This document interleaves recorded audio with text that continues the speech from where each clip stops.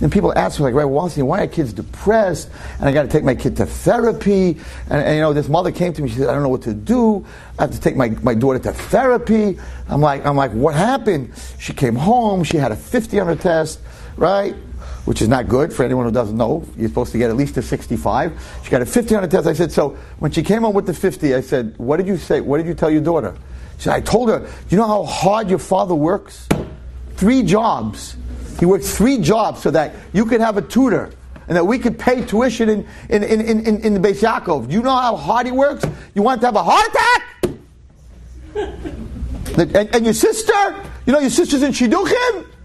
You know other girls are going to tell you that you're a failure, and then they're going to think it's in the genetics, and that our whole family is stupid, and she'll never going to get a shidduch?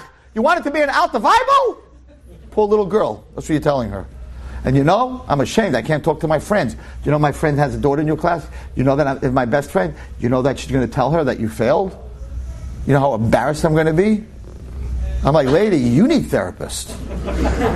Your kid doesn't need a therapist. You need a therapist. What do you mean? I'm like, I deal with children my whole life. I'm like, what do you think your daughter's thinking right now? She's thinking, okay, number one, I'm a failure. She knows she got a 50, and the teacher, Baruch Hashem, they're very nice teachers, so they write across the thing, failure, with a red marker, right? Like the kid doesn't know they failed 50. They're already in 8th grade. They know 50, right? No, failure. And have it signed by both your parents.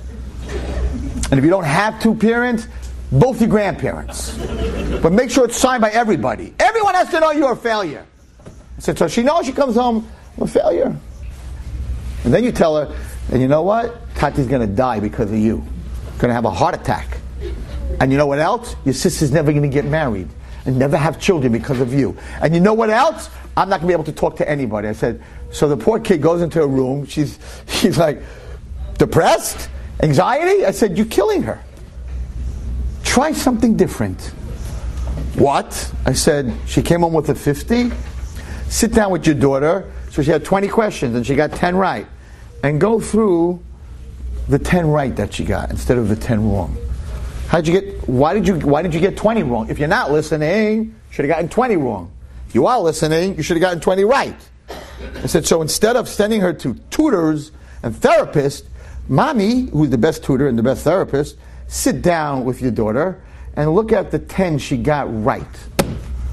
And if you go over with her the 10 she got right, you'll be like, but you got number 1 right, but number 2 is much easier. And she'll like, yeah, I wasn't thinking. I promise you the next time is a 60, and the next time is a 70. I don't know her, how smart she is, but a 60, 70, a 75 she's going to get. But we're so into failure. You didn't reach what you're supposed to do. You're not where you're supposed to be at. And somehow, that world got mixed in with Yiddishkeit. So kids are turned off. You've just experienced another Torah class brought to you by TorahAnytime.com.